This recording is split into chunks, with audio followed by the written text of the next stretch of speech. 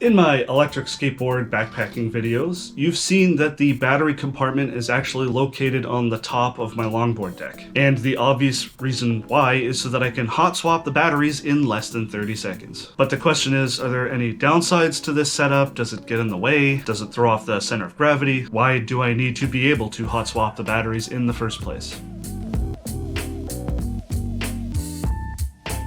My eskate was built specifically to be a long-range touring and backpacking board with the goal of maximizing how long I can be on the road without racking up crazy charging times. To facilitate that, it's better to have multiple smaller batteries that can all be charged in parallel rather than one large battery that takes many hours. This way also lets you scale up the amount of batteries to as many as you want as long as you have a way to lug them all around with you. With a traditional underslung eskate battery compartment, you have to spend 20 minutes unbolting the cover, swapping the battery, and bolting everything back in place. With a top-mounted case, you just undo the clasps, swap the battery, and you're good to go in like 30 seconds. So does it get in the way? I mean, yeah, a little bit, but not enough to cause a problem really. And this is precisely why I opted for such a long longboard deck. The loaded Bangra V2 that I built this setup with is 48.5 inches long. That gives me plenty of foot room to adjust my stance and stay balanced. It also has the added benefit of giving me more clearance on the underside of the deck. It's a stiff board, but I'm a heavy guy, and having the board be so long means I can get quite a bit of downward dip on a particularly hard bump.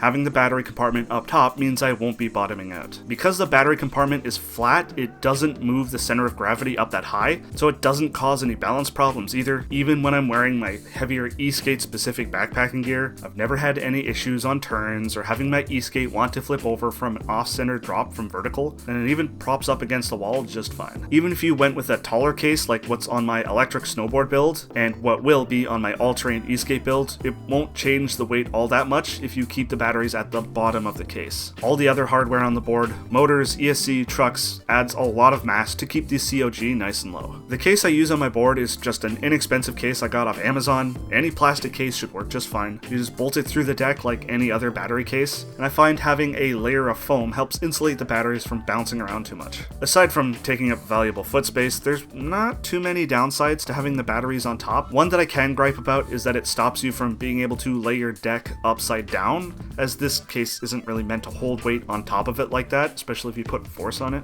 Similarly, if the case juts out past the edge of your deck, it can be difficult or even damaging to the battery case to rest your e-skate on its side. Overall, if you're doing a build for long distance riding, I would highly recommend a top mounted battery case. It's made battery swapping super easy and fast. I don't regret it at all. So if you want to build an e-skate similar to mine, I'll leave some links in the description. A quick reminder to subscribe if you're new to the channel. I do all sorts of adventures with electric skateboards, so check out this card to see all the crazy stuff I get up to. See ya!